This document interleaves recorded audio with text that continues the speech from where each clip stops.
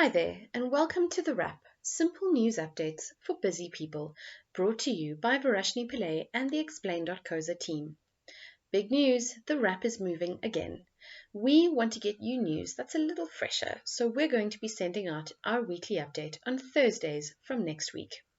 We'll send you a little reminder on Monday in case you miss us. Now, let's dive in to this week's wrap. In our take this week, it's time to show off our heritage. On Thursday, we celebrate Heritage Day, and now that it's level 1, you'll be free to spend the day with friends and family after the President lifted most of the remaining restrictions. You can check out our quick explainer on those on explain.coza or on our social media channels. Much as we all love a good braai, we know Heritage Day is about more than that.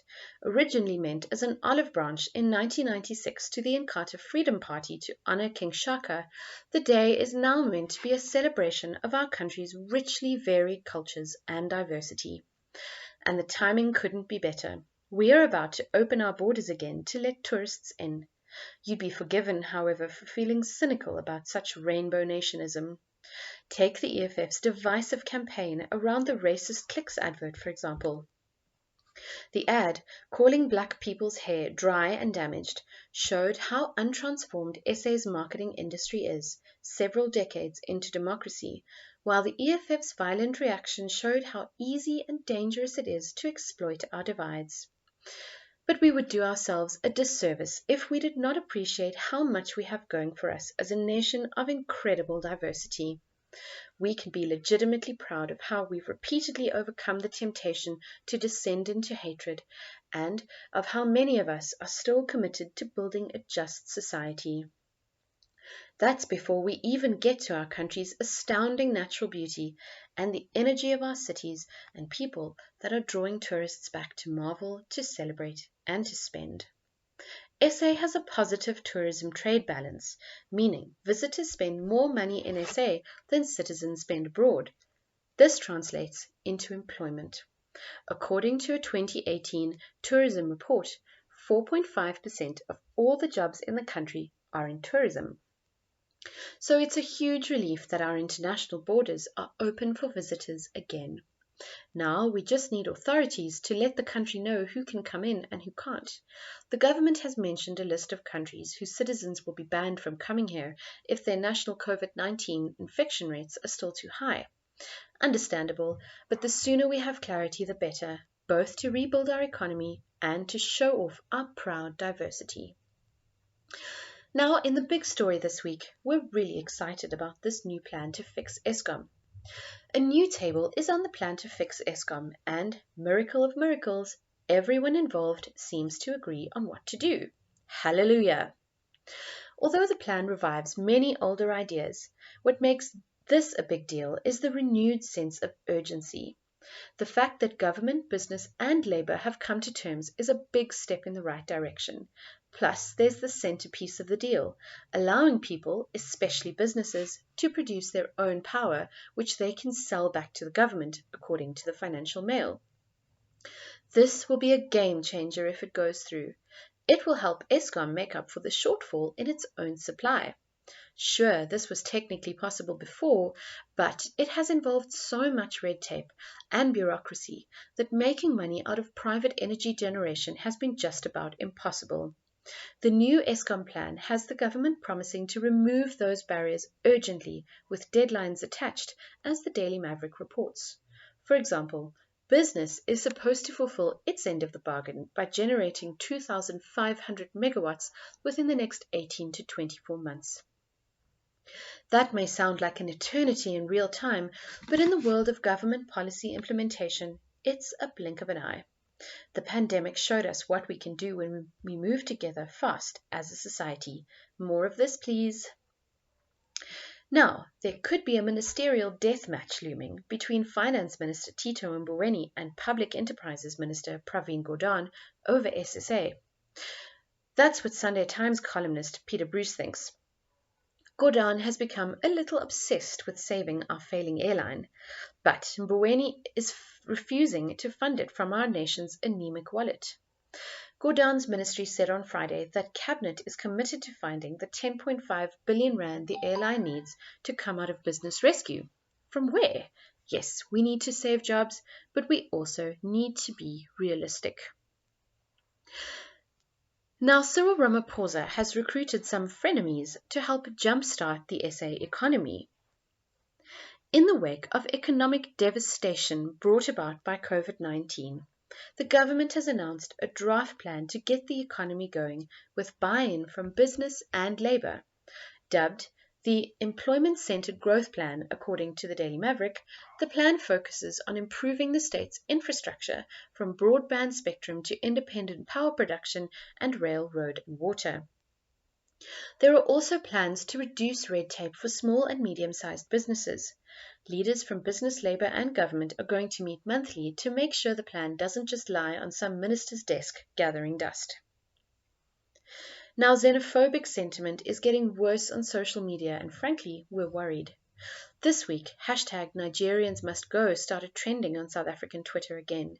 The Centre for Analytics and Behavioural Change says the hate is spreading. By the end of April, about 12,000 users were engaging with tweets marked by the hashtag, and by the end of May, that number had grown to 50,000. But while those engagements are genuine, the source of the hatred is not, and about 80 fake accounts were responsible for initially spreading the hashtag and fanning the fires it starts. Now, one of SA's top cops was recently gunned down outside his home. Lieutenant Colonel Charles Kinnear had been investigating some of the most high-profile and dangerous underworld figures in the country and had reportedly been on a hit list for a while, City Press reported. Kinnear was given round-the-clock protection, but this was mysteriously withdrawn in January.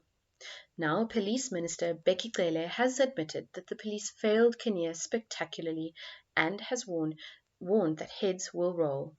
Mark Shaw, an organised crime expert, told the Sunday Times that this shows how powerful and brazen organised crime networks have become in South Africa.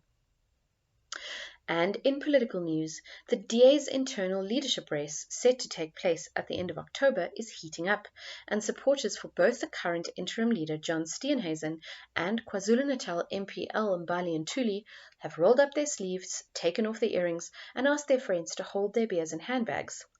Party leaders, meanwhile, are clutching their pearls in alarm after Ntuli challenged Steenhuisen to a public debate.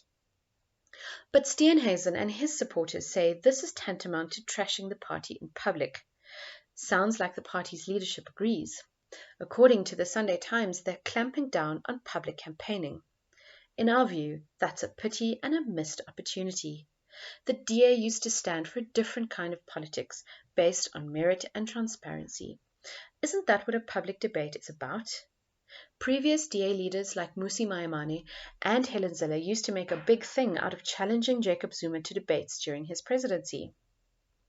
This seems like a double standard, not to mention the fact that they're telling the only black woman left in the room to mind her manners. Not a great look, but then we guess it depends on what kind of voter you want to appeal to.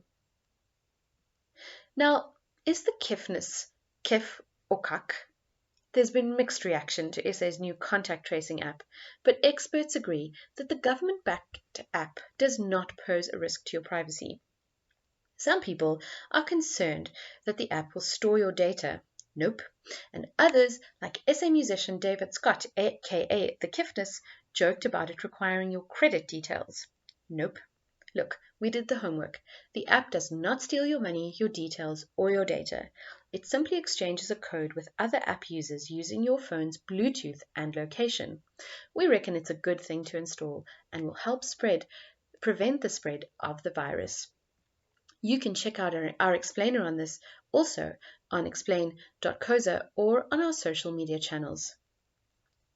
Moving on to international news.